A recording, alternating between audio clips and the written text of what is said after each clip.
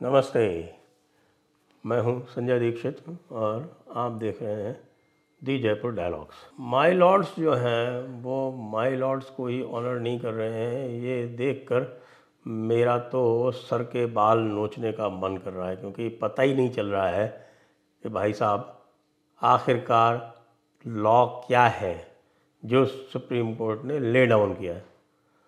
क्योंकि अभी याद होगा कि ये मैं बात कर रहा हूँ उसकी कि ये जो पुराने शहरों की जो नाम बदलने वाला जो कार्यक्रम है उसको लेके एक पिटीशन लगाई थी कुछ दिन पहले। वो जस्टिस जोसेफ के सामने आई और लगाई थी अश्विनी उपाध्याय ने। अश्विनी उपाध्याय ने काफ़ी प्रयास किया कि उसको ठीक से सुन लिया जाए, उस पर नोटिस कर दिया जाए, उस पर सेंट्रल गवर्नमेंट को बुला लिया जाए। सारी चीज़ें मना कर दी। जब देखा अश्विनी उपाध्याय ने कि जज साहब तो एडमेंट है, तो उन्होंने कहा ठीक है, मुझको विड्रॉ कर लेने दीजिए।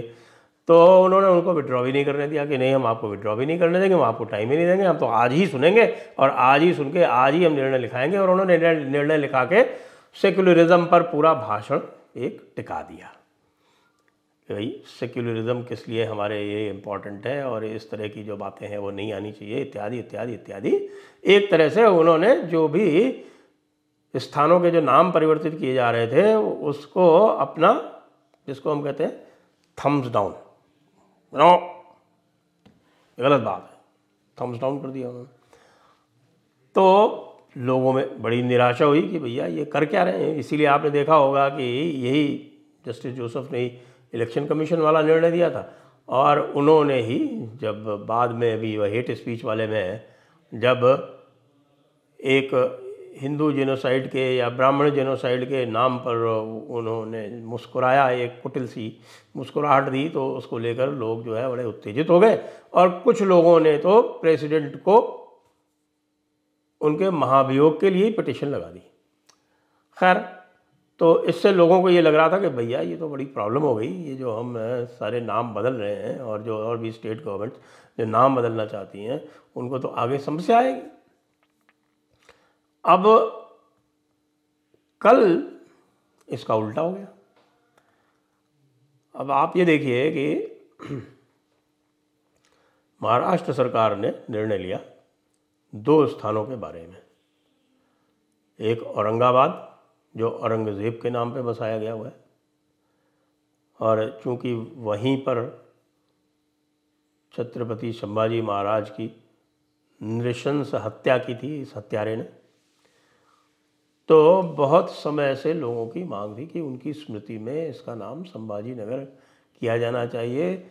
स्थिति तो ये थी कि औरंगाबाद में हिंदुओं ने अपनी दुकानों पर औरंगाबाद लिखना ही बंद कर दिया था, उसके स्थान पर वो संभाजी नगर लिखते हैं। इस तरह के कार्यक्रम कई स्थानों पर होते रहे। मैं जानता हूँ कई स्थानों पर, गोरखपुर का आपको उदाहरण दे दें कि गोरखपुर में एक उर्दू बाज़ार हुआ करती थी।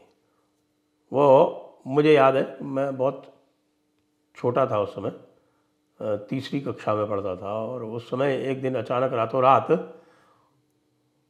महंत दिग्विजयनाथ उस समय हुआ करते थे, तो अचानक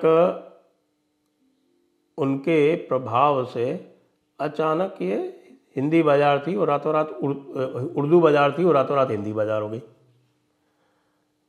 और अभी तो जब नई उत्तर प्रदेश की सरकार आई है तब उन्होंने आधिकारिक रूप से उसका नाम हिंदी बाज़ार किया है, वरना उसका नाम हिंदी बाज़ार तो हिंदू पिछले 4-5 दशक से करते आ रहे हैं। जो मैं आपको बात कर रहा हूँ वो संभवतः सन 69 या 70 की बात है जब ये पहली बार हुआ था।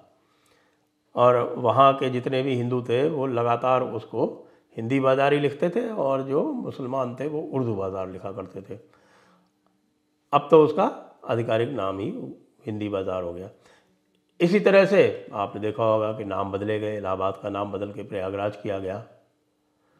और भी आपने मध्य प्रदेश में कई नाम बदलते हुए देखे। होशंगाबाद का नाम बदल के नर्मदापुरम किया गया। यद्यपि अहमदाबाद का नाम कर्णावती होना बाकी है, ये ध्यान रहे। तो पहले तो उद्धव ठाकरे जब जा रहे थे, बिल्कुल उन्होंने अपनी अंतिम कैबिनेट मीटिंग में ये निर्णय लिया कि औरंगाबाद का नाम बदलकर संभाजी नगर किया जाए और उस्मानाबाद का नाम बदलकर धाराशिव किया जाए, जो उसका पुराना नाम था। और मीर उस्मान अली जो निज़ाम था, आपको ध्यान होगा कि ये पूरा का पूरा जो क्षेत्र था वो महाराष्ट्र का, मराठवाड़ा का जो क्षेत्र था वो निज़ाम की मिल्कियत में आता था। इसमें कौन से प्रमुख स्थान थे? इसमें ये औरंगाबाद था, इसमें ये आपका उस्मानाबाद है, उसमें आपका ये लाटूर इत्यादि जो क्षेत्र है, नांदेड़ है, ये सब जो है ये निज़ाम की मिल्कियत हुआ करता था। और यहाँ पर बहुत एक प्रखर और बड़ा ही तेजस्वी आंदोलन हुआ था निज़ाम के विरुद्ध। जो निज़ाम के विरुद्ध जो आंदोलन हुए थे उसमें सबसे अधिक जो उत्तेजना वाला और सबसे अधिक ऊर्जा वाला जो आंदोलन है वो इसी मराठवाड़ा क्षेत्र में हुआ था। तो उन्होंने ये निर्णय ले लिया। इसके अतिरिक्त उन्होंने नई मुंबई का भी लिया, लेकिन नई मुंबई तो एक नया क्षेत्र है, तो उसका भी कुछ भी करें वो इसमें महत्वपूर्ण नहीं है और रेलेवेंट नहीं है। तो अब क्या होता है कि नई सरकार आती है, तो नई सरकार जो है पुराने सरकार के निर्णय को निरस्त करती है, फिर अपनी कैबिनेट में वो निर्णय लेती है, ये कहते हुए कि वो अल्पमत में थे, इसलिए ये टेक्निकली गलत है, इसलिए हम दोबारा ले रहे हैं। लेकिन इस प्रकार का जो निर्णय लिया था उसको तो उनको रीइटरेट करना ही करना था। तो फिर से उन्होंने कैबिनेट में अपने जो बहुमत वाली कैबिनेट थी उसमें निर्णय लेके और फिर से उसको संभाजी नगर किया औरंगाबाद को और धाराशिव किया उस्मानाबाद को। उसके बाद जो प्रक्रिया होती है वो ये होती है कि इसको भेजा जाता है केंद्र सरकार के पास, और जब केंद्र सरकार उसको अनुमति दे देती है, उसको अप्रूवल दे देती है, तो उसके बाद फिर वो आधिकारिक हो जाता है। और उसके बाद फिर आपके रेलवे स्टेशन इत्यादि के नाम भी और बाकी जितने भी नाम हैं वो सारे ऑफिशियल रिकॉर्ड में बदल दिए जाते हैं। तो बॉम्बे हाई कोर्ट में उसी समय पिटीशन लगा दी लोगों ने। तो बॉम्बे हाई कोर्ट में पिटीशन लगाई तो उन्होंने कहा कि भाई अभी हमारे कोई नोटिफिकेशन तो है नहीं और उसके पहले ही तुमने लगा दी। बहरहाल बॉम्बे हाई कोर्ट में वो पिटीशन चलती रही और अभी जब कुछ दिनों पहले नोटिफिकेशन हो गया तो उन्होंने फिर से अप्लाई किया कि साहब अब तो नोटिफिकेशन हो गया है। तो उन्होंने कहा ठीक है, अब आप जो है अपनी प्ली को सूटेबली अमेंड करके और आपको लगाने की अनुमति दी जाती है, आप इसको अमेंड करके अभी एक रिकॉर्ड पर ला सकते हैं कि ये नोटिफिकेशन हो गया है और अब आधिकारिक रूप से इसका नाम बदल दिया गया है। और ये कहाँ चल रहा है? ये औरंगाबाद हाई कोर्ट में। वैसे औरंगाबाद हाई कोर्ट का नाम संभाजी नगर हाई कोर्ट हो जाए ऐसा तो मुझे कम ही लगता है, क्योंकि हाई कोर्ट जो हैं वो आप ये देखिए कि अंग्रेज़ों की वसीयत में ये लिख कर चले गए थे कि ये हमारे जो पक्के बच्चे हैं ये सदैव हमारी ही पालना करेंगे। इसलिए आज तक उन्होंने बॉम्बे हाई कोर्ट का नाम नहीं बदला, मुंबई नहीं किया, मद्रास हाई कोर्ट का नाम बदल के चेन्नई नहीं किया, कैलकाटा हाई कोर्ट का नाम बदलकर कोलकाता नहीं किया, इलाहाबाद हाई कोर्ट का नाम बदलकर प्रयागराज नहीं किया। ये अंग्रेज़ों के मानस पुत्र हैं, बिल्कुल उन्हीं के कहे सुने पर चलते हैं। तो कल, बल्कि आज हो गई है 7 तारीख, परसों एक पिटीशन लगती है चीफ जस्टिस ऑफ इंडिया के यहाँ और उसमें यही औरंगाबाद का नाम बदलने की प्ली ली जाती है। तो उसको पहले तो टेक्निकल ग्राउंड पे चीफ जस्टिस ऑफ इंडिया जो हैं उसको खारिज कर देते हैं और कहते हैं कि भाई ये मैटर पहले से बॉम्बे हाई कोर्ट में चल रहा है, इसलिए हम इसको नहीं लेंगे। लेकिन बात यहाँ तक नहीं रहती, बात यहाँ तक रह जाती तो कोई समस्या नहीं थी। बात इससे आगे चली जाती है। बात आगे ये चली जाती है कि उसके बाद फिर वो ओरली रिमार्क करते हैं जो सभी जगह रिपोर्ट हुआ है, और मैं उन रिपोर्टों से पढ़ रहा हूँ कि chief justice of India Dhananjaya Chandrachud ji ये रिमार्क करते हैं कि भाई एक बात तो आप जान लीजिए कि अंततः किस स्थान का क्या नाम रहेगा यह तो कार्यपालिका का चुनी हुई सरकार का ही काम है जी। अब ये उन्होंने कहा, उसके पहले जो जस्टिस जोसेफ हैं, जो 3 नंबर के जज हैं इस समय जून में रिटायर हो जाएंगे, उन्होंने कुछ और कहा, तो ये तो my Lord's versus my Lord's वाली सिचुएशन हो गई। लेकिन मेरा ये मानना है कि जो जस्टिस जोसेफ ने कहा था वो एक तरह से अपने ओरल रिमार्क से चीफ जस्टिस ऑफ इंडिया ने धो दिया है। और एक जो ऐसा कार्य हुआ था जिससे हमारे देश की अस्मिता के ऊपर एक संकट आ गया था, वह संकट के बादल छट गए हैं। बिल्कुल स्पष्ट रूप से कह दिया गया कि भाई ये